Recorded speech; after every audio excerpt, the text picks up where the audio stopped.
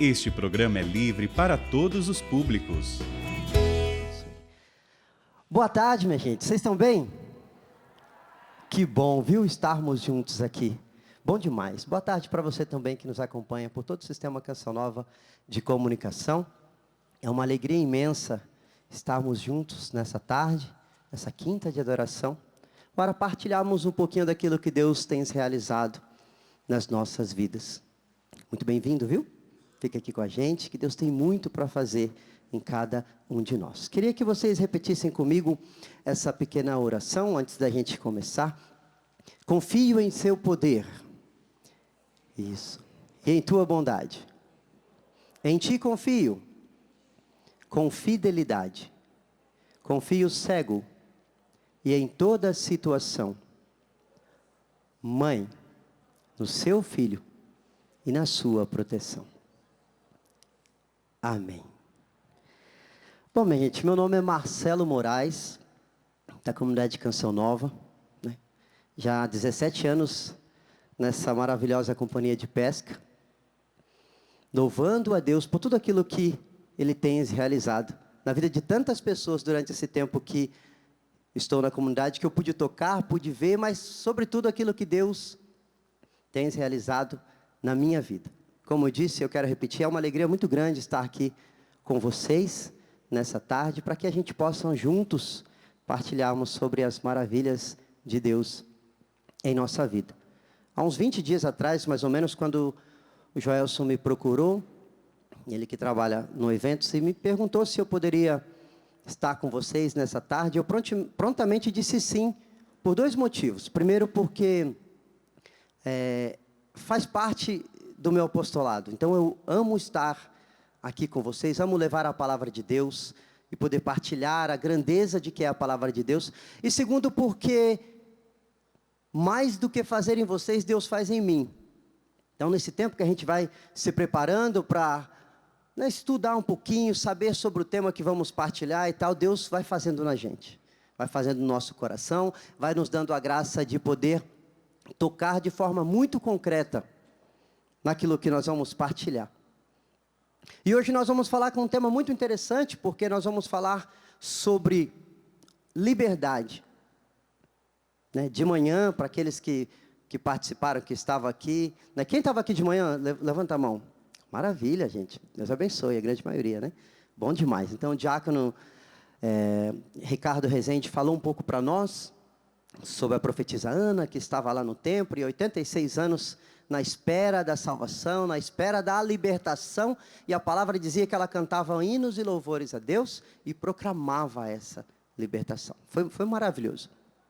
E agora à tarde a gente vai dar alguns passos a mais, dentro dessa realidade de liberdade, de libertação, com um tema que está na segunda carta aos Coríntios, no capítulo 3, versículos 17.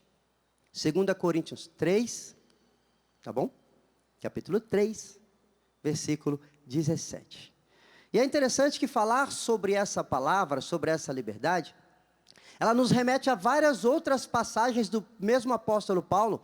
Por exemplo, Gálatas no capítulo 5, versículo 1, quando ele vai dizer que é para a liberdade que Cristo... Como é que é? Alguém sabe aí? Pode me dizer? É para a liberdade que Cristo nos libertou. É para a liberdade que Cristo nos tornou livres. Mas que tipo de liberdade? Ou melhor, como aconteceu essa libertação? A palavra diz, é para a liberdade que Cristo te libertou. Mas libertou como? Foi de qualquer jeito, de qualquer maneira? Não, não foi. Em resposta a isso, o apóstolo Pedro, lá na sua primeira carta, no capítulo 1, no versículo 18 e 19, ele vai dizer que nós não fomos comprados por qualquer coisa. Que o nosso resgate, que a nossa liberdade, o nosso preço, não foi ouro, não foi prata, mas foi o sangue de Jesus derramado na cruz, que comprou a nossa libertação. Nós já estamos aí às vésperas de um acampamento de cura e libertação, onde nós teremos como tema, Eis a cruz de Cristo.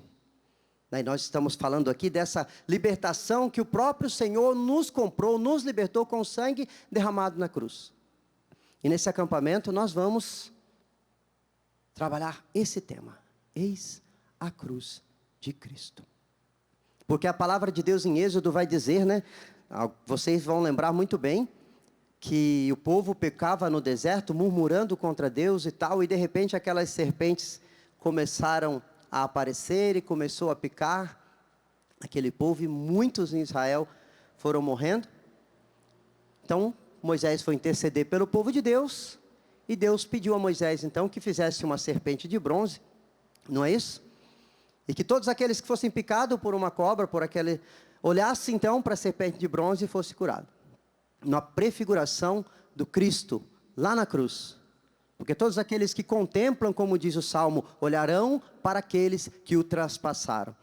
Para todos aqueles que contemplarem a cruz de Cristo, não vai ser liberto de uma picada, ou melhor, sim, mas não daquele tipo de serpente, mas daquela serpente, lá do capítulo 3 de Gênesis.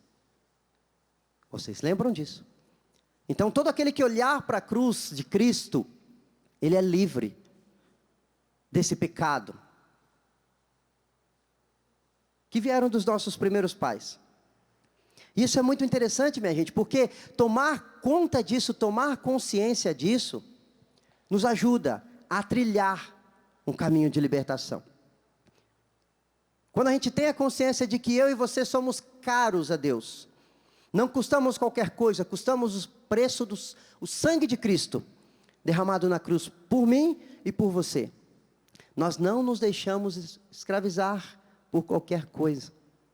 Realmente nós assumimos essa liberdade. E São Paulo, então, na segunda carta aos Coríntios, no capítulo 3, no versículo 17, ele vem dizer a seguinte frase: o Espírito é o Senhor. E onde está o Espírito, aí está a liberdade. Aonde está o Espírito do Senhor, aí está a liberdade. Mas antes de a gente caminhar um pouquinho dentro desse versículo do capítulo 3, eu queria que vocês pudessem junto comigo entender um pouquinho em que contexto Paulo escreve essa carta.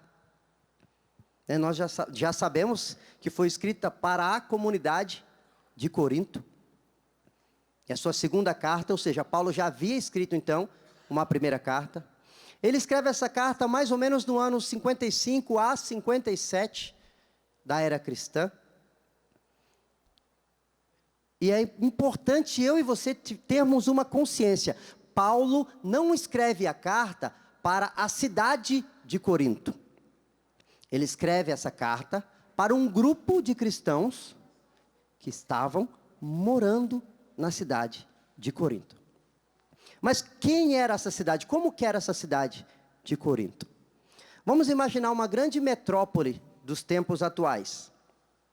Sabe, uma cidade que todo mundo quer ir para lá para ganhar a vida, todo mundo quer ir para lá porque é uma cidade onde aspira à liberdade. Então, Corinto era basicamente habitada por dois tipos de povos: os gregos, com toda a cultura grega, e os latinos, que vivia a realidade dos deuses latinos, dos deuses gregos. Então era uma cidade muito politeísta. Acreditavam-se em vários deuses. E existia um deus para cada coisa. Tinha a deusa da fertilidade, o deus da guerra, o deus daquilo, o deus disso e tal. E para cada realidade, então, era cultuado um deus. Se a gente for caminhar um pouquinho na história, a gente vê que Paulo chega a Corinto, na sua primeira carta, logo depois de passar por Atena, daquele episódio onde as pessoas estão adorando um Deus sem nome. E aí Paulo vai dizer então: vocês que estão adorando essa imagem, que não sabem o nome dessa imagem, eu quero apresentar para vocês, né? Esse Deus desconhecido é o Deus de Israel, o Criador do céu e da terra e tal. E aí Paulo então chega nessa cidade de Corinto, já contextualizando aqui, na sua primeira vez, quando logo depois ele escreve a primeira carta, muito temeroso. Tanto que em 1 Coríntios, a gente vai perceber no capítulo 9, o próprio Deus revelando a Paulo, dizendo para ele, quando ele estava com muito medo de pregar naquela cidade, dizia para ele: fale e não te cales. porque existe um povo numeroso nessa cidade que me pertence. Então Paulo estava com muito medo primeiro de pregar naquele lugar, mas quando Deus o convence, ele vai e funda a primeira comunidade dentro de Corinto. Por isso, carta aos Coríntios. E na sua segunda vez, então, que ele manda essa carta, o que acontece? Paulo já tinha passado por ali, já tinha deixado aquela comunidade, já tinha fundado aquela comunidade, já tinha eleito algumas pessoas para estar à frente daquele povo. Só que foram passando um tempo, essas pessoas foram se afrouxando na sua vida cristã. E como eu dizia a vocês, era uma cidade onde o grito de liberdade era muito grande. Foi em Corinto que Paulo disse: tudo me é permitido, mas nem tudo me convém. Na sua primeira carta, Paulo já havia dito isso. Ele já tinha dito isso a essa comunidade. E na segunda carta, então, Paulo resolve relembrar aquela comunidade de algumas realidades. Estava tendo muitas divisões nesse meio. Vocês vão lembrar daquela palavra, uns dizem, eu sou de Paulo, eu sou de Apolo, outros, eu sou de Cristo. Estava acontecendo basicamente isso.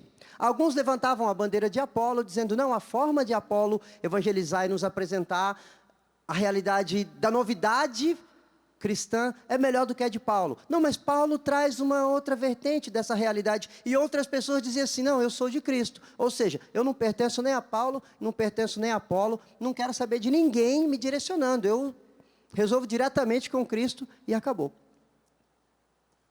E aí Paulo então vai dizer para essas pessoas, calma, não é bem assim. Existia uma realidade de muita imoralidade sexual no meio daquele povo. Corinto era uma cidade portuária. Era uma cidade muito estratégica, porque todo o comércio marítimo passava por ali. Então, por ser uma cidade portuária, existia muita prostituição. E a comunidade de Corinto começou a ficar meio frouxa em algumas realidades, dizendo, não, podemos trazer algumas situações, sabe, esse estilo livre que Corinto vivia, algumas pessoas queriam trazer para dentro da realidade cristã. E Paulo foi dizendo, não, não é assim. Não é desse jeito. Olha o que vai dizer o Evangelho de São João no capítulo 8. Lá no versículo 32. Crê na verdade, e a verdade vos libertará. E quem é a verdade? É o próprio Cristo. Ele é a verdade. Ele não vai dizer no Evangelho de São João, no mesmo Evangelho de São João, no capítulo 6, que eu sou o caminho, a verdade e a vida? Então, crê na verdade, a verdade vos libertará. Ou seja, creia no Cristo. Mas não no Cristo que estão dizendo aí, mas no Cristo que eu, Paulo, estou anunciando. Tanto que em várias vezes nós vamos ver ele dizendo, sede meus imitadores, imitadores de Cristo. É necessário que nós assumamos isso para a nossa vida, para a minha vida e para a sua vida. Onde está o Espírito do Senhor, aí está a liberdade. E qual é esse Espírito do Senhor?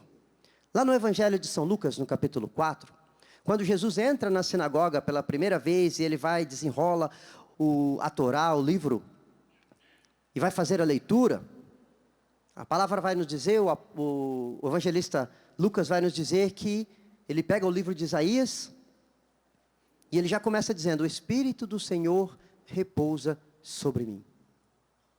É esse. Os padres da igreja, os padres do deserto, eles vão dizer que esse Espírito do Senhor é o próprio Espírito Santo. Então, onde está o Espírito do Senhor? Ou melhor, onde está o Espírito Santo? Aí está a liberdade. Mas onde está esse Espírito Santo? Acredito que nós que estamos aqui, você que está em casa, você que professa essa fé católica, assim como eu, somos batizados, não é verdade? Somos, não somos? Se somos batizados, recebemos o Espírito Santo, ok? Então, onde está o Espírito do Senhor, aí está a liberdade. Paulo vai dizer em uma outra carta que nós somos templos do Espírito Santo. Ele habita em nós. Ele habita em nós. Então, se o Espírito Santo habita em nós, nós somos homens e mulheres vocacionados à liberdade. Vocacionados à liberdade. Mas aí talvez você vai dizer, mas Marcelo, então por que essa liberdade ela não acontece na minha vida? Porque talvez eu tenho buscado tanto, e essa liberdade ela não acontece na minha vida. Porque talvez, meu querido, minha querida, é necessário um esforço da minha e da sua parte. É necessário que eu e você então possamos despertar esse espírito que está em nós. Padre Jonas Abib, no seu livro Reinflama o Carisma, ele faz uma comparação muito bonita. Porque ele diz que o Espírito Santo muitas vezes está em nós como que aquela brasa, depois de ter queimado, sabe? E aí passa aquela fogueira que a noite inteira queimando. Alguém já fez essa experiência de ver uma fogueira que queimou a noite toda, e aí de manhã você vê só aquela cinza por cima. Mas você percebe que vai sair uma pequena fumacinha do meio daquela cinza. Se alguém vir e dar um sopro naquela cinza, o que a gente vê embaixo? Brasa, incandescente, não é? Então o Espírito está em nós lá, ó, incandescente. Mas muitas vezes várias realidades que eu e você fomos vivendo, foram deixando essas cinzas ficar por cima. E aí é necessário então que a gente dá um sopro, para que a brasa incandescente volte ali a queimar, colocando então mais lenha e a gente queimar aquele fogo. Isso quer dizer que é um dom e tarefa. Dom porque é graça de Deus, dado a mim e a você, mas tarefa porque depende de nós. E toda vez que eu penso nessa palavra dom e tarefa, eu sempre imagino o Evangelho de São João no capítulo 11. Sabe a passagem da ressurreição de Lázaro?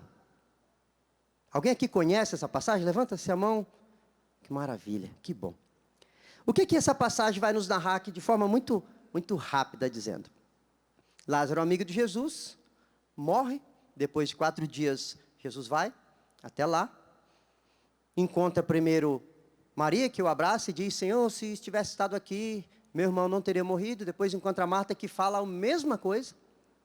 E ele vai responder para as duas, no versículo 40 desse Evangelho de São João, capítulo 11. Se creres, verás a glória de Deus. E aí, Jesus então chega diante do sepulcro. A palavra diz que ele eleva os olhos para o ar e diz, Senhor, eu te louvo, porque sempre me ouvistes. Olha que legal, gente. A primeira coisa já é aquela palavra de louvor, de quem confia e sabe que Deus já vai fazer. Então Jesus diz, Senhor, eu te louvo, porque sempre me ouves. Eu não estou pedindo a ti por causa de mim, porque eu sei que o Senhor... Mas eu estou pedindo por causa desse povo aqui, ó, para que eles possam acreditar em ti. E aí Jesus faz o que então? Pede para que as pessoas tirem a pedra. Pede para aqueles homens tirarem a pedra, os homens rolam aquela pedra. Jesus chama Lázaro para fora. E depois pede para que então os homens retirem as faixas, não é isso? Eu sempre fiquei pensando, falei, meu Deus, se Jesus é Deus, não é? Concorda? É Deus, não é isso? Maravilha. Então tá bom, então nós estamos de acordo, Jesus é Deus. Se Jesus é Deus, e Ele pôde ressuscitar Lázaro, gente, Ele não poderia ter levantado a mão assim, a pedra rachada no meio? Poderia. E depois que Lázaro ressuscitou, Ele poderia ter feito outro gesto com a mão assim, e as faixas tudo caindo por terra. Sim ou não? Agora me responde uma coisa. Rolar uma pedra, talvez com a ajuda de alguém ou não, nós conseguimos fazer? Sim ou não? Tirar as faixas de alguém ou alguma coisa assim, nós conseguimos fazer? Ressuscitar alguém, nós conseguimos? Então o que cabe a mim e a você, Deus vai deixar que a gente faça. E o que cabe somente a Ele, Ele vai fazer. Então buscar essa liberdade do Espírito, cabe a mim e a você. Dar essa graça para que a gente seja verdadeiramente livre, cabe a Deus. Então, minha gente, talvez a libertação que ainda não aconteceu na minha vida ou na sua vida, ela está naquele esforço que eu e você ainda não fizemos. Agora falando de mim, gente, como eu preciso me esforçar mais. Como eu, Marcelo, preciso dar passos largos em direção à minha liberdade em Deus. Porque se é para a liberdade que Ele me libertou, eu estou muito atrasado, eu preciso correr atrás. Enquanto eu preparava essa pregação, eu fui rezar, e eu pedia a Deus, eu falava: Senhor, primeiro eu rezei com o tema que foi proposto, e aí eu escrevi o que vinha ao meu coração, aí depois eu peguei isso aqui que eu escrevi, levei para a capela, mostrei para Jesus, li para Ele, e falei: é isso que o Senhor quer que eu fale? Porque se o Senhor não quiser que eu fale isso, o Senhor pode mudar tudo, fica à vontade. E Deus foi falando ao meu coração, enquanto eu apresentava essa realidade dessa partilha para Ele, o quanto eu ainda preciso dar passos largos, para que eu possa adquirir a minha libertação em Deus. Não são aquelas libertações, gente, grandes, situações de pecados mortais, não, mas são realidades pequenininhas que ainda me prendem, e ainda me impede de alcançar de forma eficaz a graça de Deus, sabe? As desculpas que a gente vai dando para não enfrentar as realidades não tão boas que a gente vê dentro da gente. Tem muita coisa que Deus precisa fazer em mim, muita realidade. Quantas e quantas vezes, e aí falando de uma realidade comunitária, do Marcelo consagrado na Canção Nova, 17 anos, quantas e quantas vezes eu não consigo realizar as minhas práticas de piedade durante o dia, por causa da correria. Às vezes eu acordo, me proponho a ir para a capela assim que eu chegar no setor de trabalho. Só que eu chego, já aparece, a hora que eu entro, dou um bom dia, já aparece 2, 3 realidades para resolver. E como eu, Marcelo, me desvio, sabe? Caminhando sobre as águas, Pedro, andando sobre as águas, indo em direção a Jesus, rompendo em fé, né? Vivendo de fato o sobrenatural. Eu me desvio tão fácil com o barulho do vento. Me propus a chegar de manhã, ir para a capela, já estar logo cedo com o meu Senhor. Alguém me fala: precisamos resolver isso aqui. Eu estou passando na frente da capela, e vou para entrar, a pessoa: vamos resolver, eu já vou para lá, e depois eu não consigo voltar para a capela. E aí eu falo: meu Deus, eu preciso rezar. Aí eu chego em casa, falo: não, vou assistir um pouco de televisão, depois eu rezo. E aí você assiste um monte de séries, fica acordado até não sei que hora, e aí vai dormir, não rezou. E às vezes vai dormir sem rezar, aí se reza, faz uma oração mal feita. Ah, gente, como que eu, Marcelo, quero viver a minha libertação, se eu não me esforço para isso? Jesus, no seu evangelho, vai dizer: esforçai-vos para entrar pela porta estreita. Você percebeu o que a palavra está dizendo? Jesus não está dizendo que eu e você precisamos entrar pela porta estreita. Ele está dizendo que nós temos que nos esforçar para entrar pela porta estreita. Ué, mas Marcelo, então quer dizer que eu não preciso entrar para a porta estreita? Mas dizem que a porta do céu é estreita e que a gente tem que entrar. Você está falando para mim que basta só que eu me esforce? Foi a mesma coisa que Pedro fez, quando ele disse a Jesus: ah, mas então está complicado. Se assim, né, quando o jovem rico então decidiu não seguir a Jesus diante daquela realidade, é um evangelho conhecido, a gente não precisa trazer os detalhes. Mas ele se entristeceu e foi embora. E Jesus disse então que era muito difícil um rico entrar no reino dos céus e tal. Aí Pedro olhou e falou assim: ah, então é difícil, né? Aí Jesus disse assim: o que é difícil ou impossível ao homem, é possível a... Então, se esforce para entrar pela porta estreita. Porque aquilo que é impossível a mim e a você, com a nossa própria força, Deus nos auxilia. Vem em auxílio a cada um de nós. Então é necessário esse esforço para viver de fato essa libertação. Como São Paulo vai dizer: onde o Espírito de Deus está, aí está a libertação. E o Espírito de Deus está em mim, está em você. Mas é preciso então que nós possamos reacender, reinflamar essa chama. A liberdade se adquire na intimidade. É o tempo que eu gasto com Deus. E aí eu pergunto para mim em primeiro lugar, mas eu pergunto a você: como está a sua vida de oração? Quanto tempo você tem dado para Deus? Porque eu tenho dado o que me sobra. E é triste olhar para mim às vezes e falar assim: eu tenho dado a Deus o tempo que me sobra. Eu não tenho cavado um tempo e dito: Deus, o meu primeiro horário é teu, ou tal. Mas é o tempo que me sobra. E não pode ser assim. Não pode ser assim. Existem realidades, minha gente, na minha vida e na sua vida, que não aconteceram ainda, porque nós não damos a Deus o espaço que é dele dentro de nós. Lembro uma vez quando eu fui me confessar, eu estava morando na frente de missão de Cuiabá, e eu fui me confessar, e aí eu, diante do sacerdote, eu apresentei as minhas realidades, as minhas misérias. Aí ele me ouviu com toda a paciência. Aí depois ele olhou para mim e falou assim: Marcelo, sabe por que você comete esses pecados? Aí a gente tenta achar uma resposta, né, e tal. Aí eu falei, e o padre falou assim: não.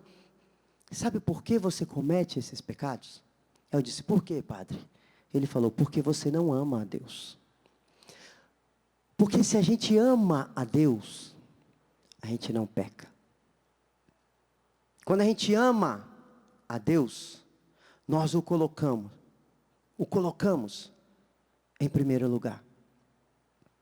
Ele precisa ter a primazia em nossa vida. E aí está a verdadeira liberdade. Ter Deus como o primeiro. Amá-lo de fato sobre todas as coisas. E aí eu fui mudando a minha oração a partir daí. E até hoje eu continuo dizendo: Senhor, eu não te amo da maneira que o Senhor merece ser amado. Mas eu tenho me esforçado para te amar da maneira que eu posso. E te amando da maneira que eu consigo te amar, a sua graça vem em meu auxílio. E assim, eu vou caminhando. Vou dando passos em direção a ti. E tenho rezado e pedindo a Deus que Ele me ensine a amá-lo. A realizar em minha vida gestos de amor concreto a Deus. E aí eu fui entendendo que para amar a Deus, no meu passo em direção a amar a Deus, automaticamente eu vou em direção ao meu irmão, aquele que precisa também ser amado. E aí, por amor a Deus, eu realizo atos de amor ao outro. E assim eu vou conquistando essa liberdade que o próprio Espírito, que já está dentro de mim, vai me dando. E é o convite que Ele quer fazer para que eu, Marcelo, continue caminhando cada vez mais. E para você que está aqui, para você que está em casa, nos chamando a sair do nosso comodismo. E o Senhor me falava assim: Marcelo, o que você está disposto a sacrificar por amor a mim? O que você está disposto a sacrificar? Suas horas de sono? Dormir um pouco a menos? Para estar mais comigo? E aí eu vou aprendendo que os pequenos sacrifícios do meu dia a dia, eu posso oferecer a Deus como gesto de amor concreto.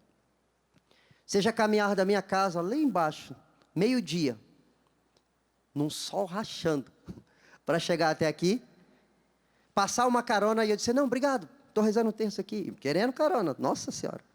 Mas oferecer esse gesto de calor, sabe? Um desaforo que a gente recebe de alguém, aqueles mais doídos, sabe? Já ouviu aquela frase que a pessoa que mais te magoa é a pessoa que você mais ama? Porque ela tem um acesso ao seu coração que outras pessoas não têm. Por exemplo, você vai no caixa do supermercado, acontece alguma coisa, o caixa te tratou mal, te deu uma resposta mal, mas você não conhece aquela pessoa. Você fica irritado na hora, mas passa, não é?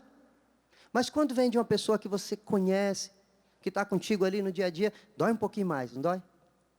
E aí aprender a oferecer esses pequenos gestos a Deus, para que eu possa conquistar essa liberdade. Porque muitas vezes nós pensamos que libertação, quando fala de libertação, lógico, ela existe. São Paulo, na sua carta aos Efésios, no capítulo 6, vai dizer dessa luta espiritual. Existe de fato essa libertação, que nós precisamos pedir, que Deus nos liberte do mal. Nós rezamos o Pai Nosso diariamente, pedimos isso, não pedimos? Livrai-nos do mal. Esse mal, ele existe. O diabo existe. Mas não é dessa libertação que nós precisamos clamar ao Senhor todo dia. Vocês sabiam, não sei se vocês sabiam, mas esse tipo de libertação dos nossos pecados, dessas coisas que nós precisamos nos desvencilhar, são muito mais nocivos do que de fato uma possessão. Vocês sabiam disso? Porque uma pessoa possessa, ela não peca. Porque para pecar precisa ter consciência dos seus atos, daquilo que você está fazendo. E uma pessoa possessa, ela não tem consciência, porque ela está sendo dominada por um ser sobrenatural ali, no caso, um espírito maligno, não é isso? Então, uma pessoa assim, o demônio não leva ela a pecar, ela não peca.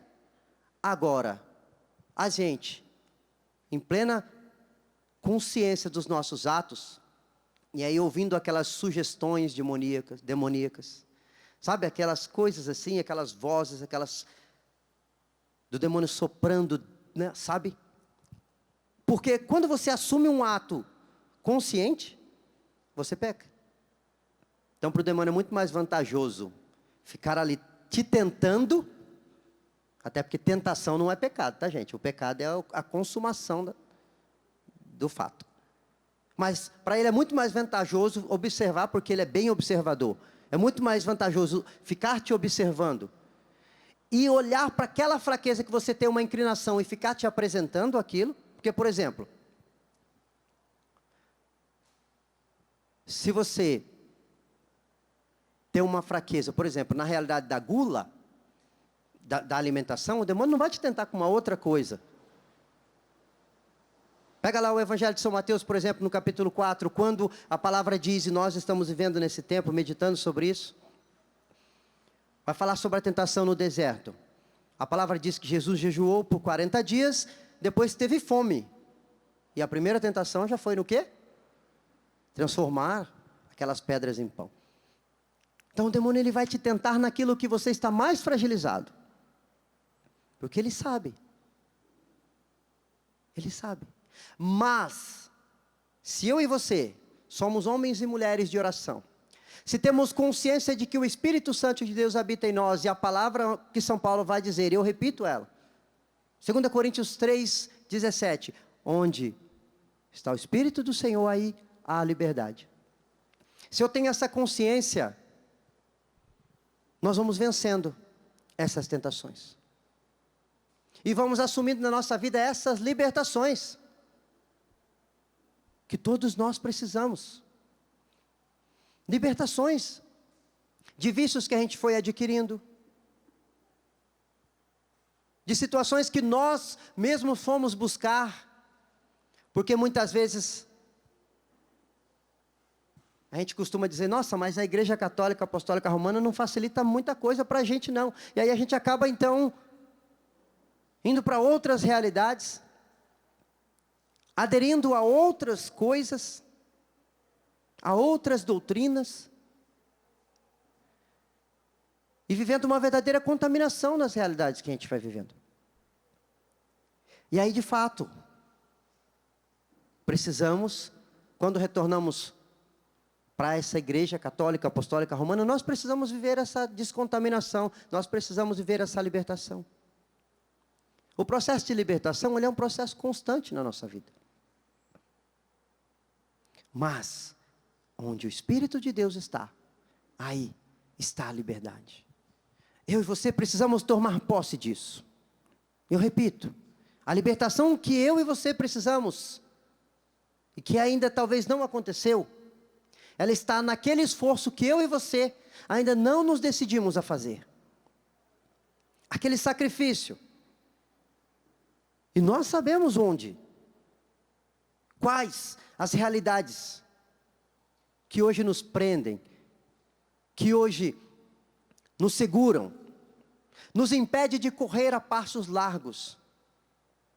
Quantas e quantas pessoas, quando a gente sai pregar, a gente sai em missão, as pessoas falam, nossa, faz tanto tempo que eu estou caminhando na igreja, mas parece, sabe aquela esteira, que você caminha e parece que não sai do lugar? Fica só ali, caminha, não sai do lugar. Muita gente fala, minha vida está assim, está patinando. Eu não consigo crescer na minha vida de oração. Eu não consigo dar passos concretos nisso aqui. Eu não consigo perdoar tal fulano. Eu não consigo viver tal realidade. Eu estou vivendo uma situação e não consigo me desvencilhar dela. E muitas vezes, por não ter a consciência de que esse Espírito que habita em nós, Está ali, esperando ser despertado. E como que acontece, Marcelo, então, esse despertar? Na oração. Já dizia, muitos santos da igreja vão dizer isso. Quem reza se salva, quem não reza se perde. Mas precisamos rezar, e rezar muito. Teve uma vez uma jornada da comunidade que o padre Edmilson Lopes estava pregando, e ele trouxe uma frase que eu trago ela para a minha vida e eu jamais esqueci. Ele diz que nós não somos chamados a ter uma vida de oração. Nós somos chamados a ter uma vida em oração. Constantemente, tudo que realizarmos precisa estar inserido na oração. É a oração que gera intimidade com Deus. Que gera intimidade com Deus e desperta o Espírito que está em nós. Que uma vez despertado, move todo o nosso ser em direção àquilo que Deus nos chama. A santidade, que é a liberdade plena. Que eu e você somos chamados a viver. Somos vocacionados a essa liberdade. A liberdade que o próprio Cristo conquistou para nós na cruz. Mas ela exige esforço da minha e da sua parte. Se nós continuarmos vivendo a mesma realidade que nós estamos vivendo hoje, o ano que vem, nós vamos estar do mesmo jeito, lutando contra os mesmos pecados, contra as mesmas realidades. E vamos continuar assim. Somos chamados ao esforço. Ao esforço. O tempo todo somos chamados ao esforço. Mas então, Marcelo, quer dizer que não vai terminar? Até chegar ao céu. Até chegar ao céu. É isso que nós precisamos, caminhar assim. Eu e você somos chamados a isso. A viver esse esforço. Até chegarmos ao céu. Não tem uma outra opção. Não tem um outro caminho. E se alguém te apresentar, já dizia São Paulo em uma das suas cartas, quando ele pregava ali para as comunidades, até inclusive para o próprio Corinto, ele disse, se alguém apresentar um outro caminho que não seja esse, ignore. Se alguém te apresentar, meus irmãos, alguns caminhos que não seja o de Cristo, ignore. Ignore. Por mais atraente que esse caminho possa ser, por mais bonito que ele possa ser, por mais chamativo, por mais que ele te dê uma sensação enorme de liberdade, rejeita. Rejeita. Porque é Deus. E somente em Deus que nós podemos caminhar. Podemos caminhar. Alguém de vocês aqui, se conhece, por favor, me apresenta, porque eu não os conheço. Algum santo que teve uma vida fácil? Alguém conhece? E nós não somos chamados então a imitar a vida dos santos? E por que nós queremos moleza, minha gente? Porque nós queremos então, e eu falo a partir de mim. Eu dizia a Jesus hoje na capela de manhã, eu não estou te pedindo sofrimento, Deus me livre de sofrimento. Não estou te pedindo provas, não estou te pedindo tribulações, porque se a gente também reza, mas não reza do jeito certo, depois a gente fica reclamando daquilo que a gente rezou, não é verdade? Às vezes a gente pede umas coisas para Deus ali, que graças a Deus que Ele não escuta, que Ele ignora. Porque se Ele fosse responder todas as orações que eu e você já fizemos, imagina, o que não seria de nós, né? O que não seria de nós, se Deus respondesse toda a oração que nós fizemos? Não é isso? Então nós precisamos, auxiliado pelos santos, que já trilharam esse caminho de libertação, que hoje nós percorremos. Esses santos que nós temos como santos de devoção. Eu imagino que você tem um santo de devoção, não tem? Tem, né? Então, hoje nós estamos aí, por exemplo, iniciando a novena de São José. Nós precisamos pedir a intercessão desses amigos do céu, que já trilharam os caminhos que nós hoje estamos trilhando. Em outros tempos, com outras realidades, lógico, mas que já trilharam. Precisamos pedir a intercessão dele, sobretudo nas coisas mais corriqueiras do dia a dia. Porque se nós não soubermos colocar Deus, e se nós não soubermos ganhar a liberdade que Cristo nos dá, nessas coisas pequenas, nós vamos nos perder nas outras coisas. A palavra do Senhor não diz, se for fiel no pouco, eu vou confiar mais? Já percebeu que talvez esse mais não chegou na nossa vida ainda, porque a gente não está dando conta do pouco, mas nós queremos mais. Mas nós queremos mais. Então que possamos pedir a nosso Senhor hoje, por intercessão desses santos de devoção, esses amigos do céu, que nós possamos pedir ao nosso Senhor, que nos conceda essa graça. Apresentando ali o nosso ponto de partida, aquele ponto que você percebe na sua vida que você fala, é esse aqui, ó. Se eu derrubar esse Golias, se eu derrubar essa realidade aqui, eu percebo que as outras coisas vão começar a deslanchar, mas eu preciso começar por ele. Muitas vezes a gente quer resolver outras coisas, mas não quer tocar ali, naquela realidade. E é justamente essa que hoje Deus está pedindo para mim e que Deus está pedindo para você. Que nós possamos tocar nessa realidade. Eu quero te convidar, se você quiser, lógico, é um convite, ficar em pé.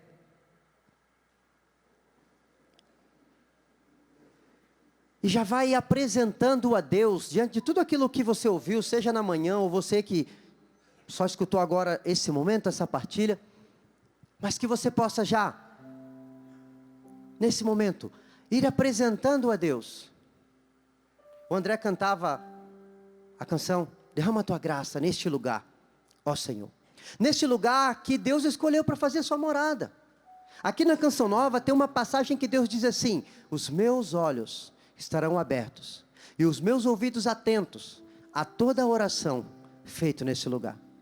E é nesse lugar que Deus escolheu para fazer a sua morada, para habitar. É que nós cantamos, derrama a tua graça nesse lugar, Senhor. Graça do alto, não é assim a canção?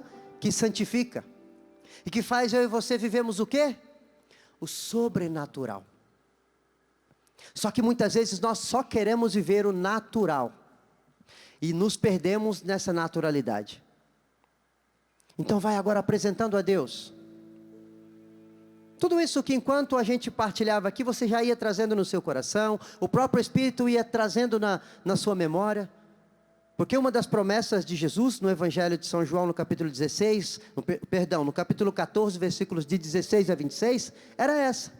Que ele ia para o céu, clamaria por nós, intercederia por nós, o Pai então ia derramar o Espírito Santo, e quando o Paráclito, o ajudador viesse, ele ia nos ensinar e nos lembrar todas as coisas.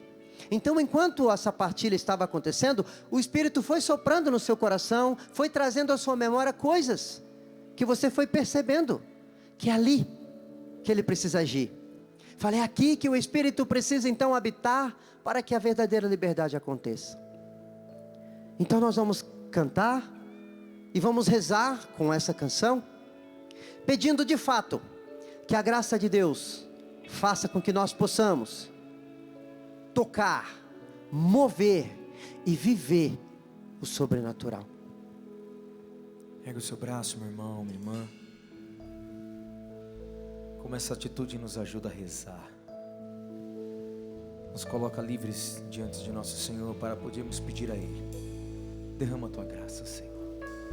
Derrama a tua graça neste lugar, ó Senhor. Graça do alto que santifica, me faz viver o sobrenatural. Derrama a tua graça neste lugar, ó Senhor. Graça do alto que santifica, me faz viver o sobrenatural. Canta, você vai, derrama. Derrama neste lugar, ó, graça do alto que santifica, me faz viver o sobrenatural. Derrama, derrama tua graça neste lugar, ó Senhor. Graça do alto que santifica, me faz viver o sobrenatural. E assim como você está com seus braços erguidos, vá respondendo ao Senhor, diante de todo o apelo que o Marcelo foi fazendo aqui, diante de toda a realidade que ele nos fez conhecer, do poder de nosso Senhor, da graça de nosso Senhor, do Espírito derramado, da necessidade da oração, do sacrifício. Sim, o Senhor está derramando sobre nós uma porção da tua graça. O Senhor está nos dando esta alegria neste momento de sermos agraciados. Agora responda a Ele com a sua vontade. Você quer de fato ser de Deus? Você quer de fato trilhar o caminho do céu? Vá dizendo: sim, Senhor, é isso que eu quero. Sim, Senhor, esse é o desejo do meu coração.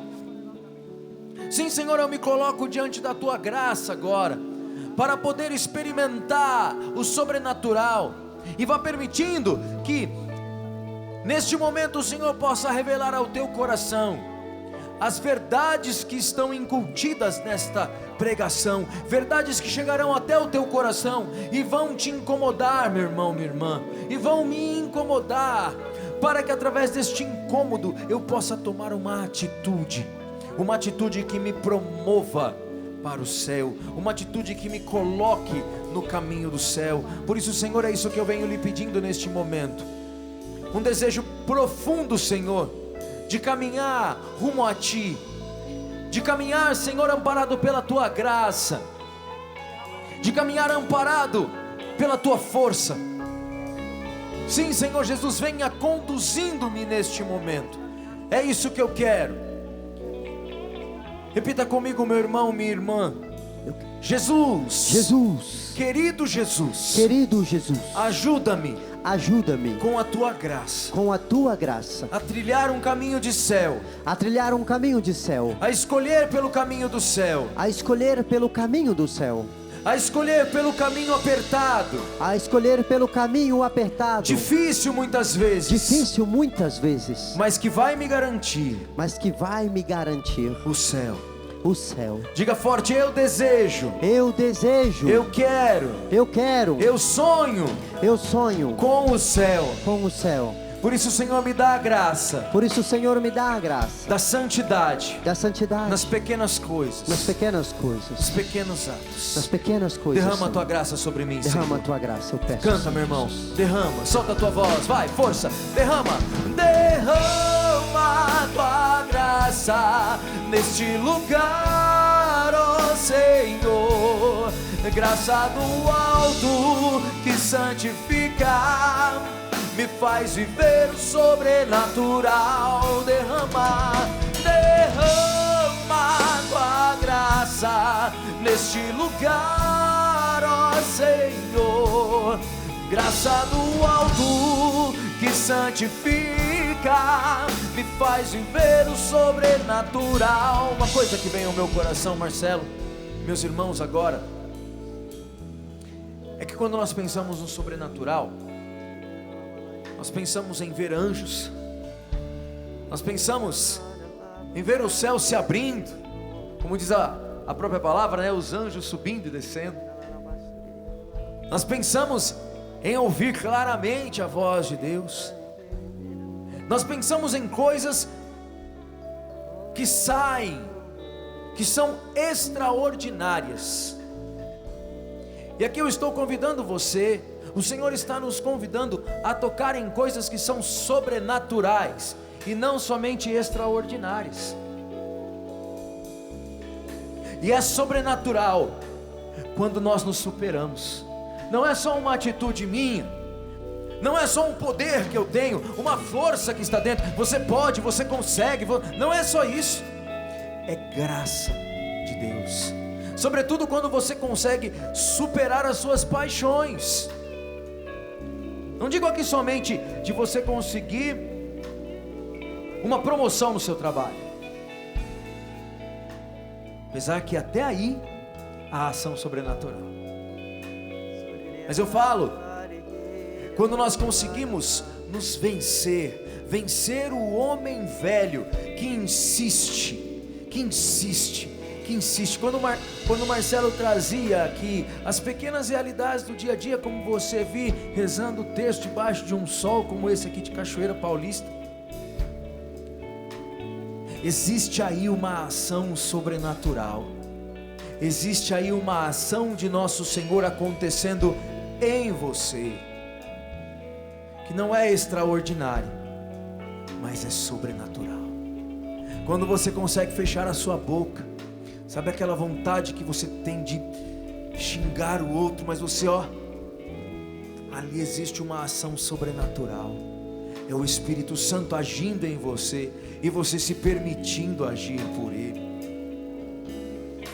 O sobrenatural acontece no nosso dia a dia, nas pequenas coisas que nós vamos fazendo, no sorriso que nós vamos dando, e aquele sorriso tem o poder de exorcizar a tristeza que está no coração do outro, ou naquele silêncio que a gente faz, mas não aquele silêncio que ignora, mas aquele silêncio que é tão fecundo que o outro olha e fala assim: puxa vida, por que eu estou vindo falar disso para você, né? Vamos mudar de assunto? E aí a conversa vai para outro lado. Isso é ação sobrenatural, na graça que vem do alto. Pensa agora, a partir desses exemplos que eu fui dando para você, qual é a ação e a graça sobrenatural que você precisa agora? Nas pequenas coisas, meus irmãos. Porque se nós somos fiéis nas pequenas, Marcelo, chegaremos num tempo onde iremos proclamar curas, onde iremos proclamar milagres, onde iremos falar palavras de profecias e ciência, e nós veremos o cumprimento dessas palavras, nós veremos as coisas acontecerem de uma forma grandiosa, sobrenatural e extraordinária. Mas antes disso nós precisamos vencer o homem velho que insiste em ter sobrevida dentro de nós. Mais uma vez eu convido você a levantar o seu braço e aí dizendo ao Senhor, quais são as realidades sobrenaturais hoje que você quer ver na sua vida. Senhor, eu quero ser mais paciente. Senhor, eu quero ser mais compreensivo, caridoso. Senhor, eu quero ser mais bondoso. Eu quero poder ouvir com misericórdia, Senhor. E aqui nós já vamos incluindo as obras de misericórdia, Senhor. Eu quero poder ter compaixão do outro. Eu quero poder ir até o outro, entender, compreender a doença do meu irmão, seja ela psicológica, seja ela física, seja ela espiritual. Senhor, eu quero ser um homem do serviço. Eu quero, Senhor, me alegrar em servir o outro, mesmo que o outro não mereça. Sim, Senhor, nisso há ação sobrenatural. Nisso há graça sobre graça derramada do alto sobre mim. Sim, Senhor, eu quero ter esta graça. Eu quero poder receber esta graça atual que me faz viver o sofrimento com sobriedade, que me faz, Senhor, superar as humilhações, superar as contradições, superar, Senhor Jesus, todas as palavras que vêm contra mim, os ventos contrários que me forçam, Senhor, muitas vezes a ir para lugares que eu não quero. Mas sim, Senhor, se a tua graça atual vier, eu sei, Senhor, que eu vou superar. E sim, Senhor, eu quero também, através da minha confissão, Senhor, receber esta graça que vem de ti e que me faz ir rumo à santidade. Que esse desejo de santidade, Senhor, possa voltar dentro de mim e eu o queira ardentemente, e eu deseje ardentemente o céu, a santidade, Senhor. Mas vem, Senhor, me faça experimentar o que é sobrenatural. Me faça, Senhor, que eu possa dizer não àquilo que eu preciso dizer. E são coisas simples. Convite, Senhor, para lugares que eu não preciso mais ir. Convite, Senhor, para realidades que eu não preciso viver. Sim, Senhor, provocações onde o demônio usa assim inocentes úteis. Realidades, Senhor, que ele vai usando para me tentar. Senhor, me dê a graça sobrenatural para dizer não. E é isso que eu quero, Senhor. É isso que eu desejo. É na pequenez, é na simplicidade e é através da humildade que eu aprendo com Maria, que eu vou conseguir tocar no sobrenatural do dia a dia e ter um coração cada dia mais santo, Senhor. Aleluia, Jesus, bendito seja Deus. E canta mais uma vez, pedindo esta graça do alto que santifica e que me faz viver o sobrenatural. Solta a voz, irmão, força, vai! Derrama tua graça neste lugar, ó. Graça do alto que santifica, me faz viver o sobrenatural. Derrama tua graça neste lugar, ó Senhor. Graça do alto que santifica, me faz viver. E a palavra que o Senhor coloca também para mim é a palavra coragem, porque a coragem não é só um adjetivo que nós damos aos homens e às mulheres que conseguem enfrentar os perigos. A coragem é uma graça que Deus dá a cada um de nós para podermos nos posicionar diante da tentação. É a mesma coragem que Jesus teve para enfrentar o demônio ali. Mas ali ele era Jesus e tinha o poder de enfrentar. Hoje ele está com cada um de nós, para que assim nós possamos enfrentar a tentação e vencer a tentação. Amém. Por isso, para você, coragem. Amém, Jesus. Coragem, coragem, coragem, coragem. Aplaude a santidade de vida, aplaude a graça de Deus, aplaude a nosso Senhor. Pode ser mais forte, pode ser com mais entusiasmo. Aplauda você, homem e mulher, corajoso, corajosa, forte como um leão, sim, como o leão da tribo de Judá, que é o nosso Senhor. Bendito e louvado seja nosso Senhor Jesus Cristo, para sempre seja louvado. Glória a Deus.